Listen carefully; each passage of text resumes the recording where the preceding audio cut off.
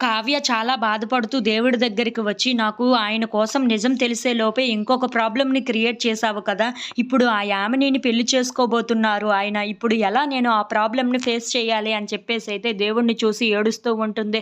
ఇంతలో అక్కడ ఉన్న దేవుడిని చూసి, "నువ్వే ప్రాబ్లమ్ క్రియేట్ చేశావు కాబట్టి, ఆ ప్రాబ్లమ్‌ని సరిదిద్దుకునే అవకాశం కూడా నాకు ఇవ్వు. ఏం చేస్తావో నాకు తెలియదు కానీ, నువ్వే ఆ ప్రాబ్లమ్‌ని ఎలాగైనా సరే సరిదిద్దు" అని చెప్పేసైతే ఆ దేవుడిని కోరుకుంటూ ఉంటుంది.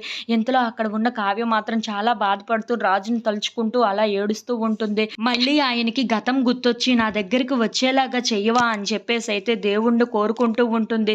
ఇంతలో రాజు యామిని వాళ్ళ నాన్న దగ్గరికి వెళ్లి, "మావయ్య మిమ్మల్ని ఒక విషయం అడగాలి. నిజం చెప్తారా?" అని చెప్పేసైతే అడుగుతూ ఉంటాడు. ఆ మాటలు వినగానే అక్కడ ఉన్న వాళ్ళ మావయ్య అయితే, "ఏంటో అది అడుగు" అని చెప్పేసైతే అంటూ ఉంటాడు. ఇంతలో అక్కడ ఉన్న రాజు మాత్రం, "యామిని నన్ను గతంలో ప్రేమించినట్లుగానే నేను కూడా ఎవరినైనా ప్రేమించానా? నాకు ఎందుకో గతం గుర్తుకు రావటం లేదు. కానీ ఎవరినో ప్రేమించాను అనిపిస్తుంది" అని చెప్పేసైతే అంటూ ఉంటాడు. ఆ మాటలు వినగానే అక్కడ ఉన్న వాళ్ళ యామిని వాళ్ళ నాన్న అయితే ఒక్కసారిగా షాక్ అయిపోతూ ఉంటాడు. ఇంతలో యామిని పైనుండి కిందకు దిగుతూ ఆ మాటలు విని ఒక్కసారిగా షాక్ అయిపోతూ ఉంటుంది. "అవును మావయ్య, నాకు ఎందుకో గతంలో ఎవరినో ప్రేమించాను అన్నట్టుగా అనిపిస్తుంది. ఆ అమ్మాయి ఎవరో మీకు తెలుసా? అయినా నేను ఎవరినైనా ప్రేమించానా?" అని చెప్పేసైతే అడుగుతూ ఉంటాడు. ఆ మాటలు వినగానే అక్కడ ఉన్న యామిని వాళ్ళ నాన్న మాత్రం ఏం చెప్పాలా అని చెప్పేసైతే ఆలోచిస్తూ ఉంటాడు.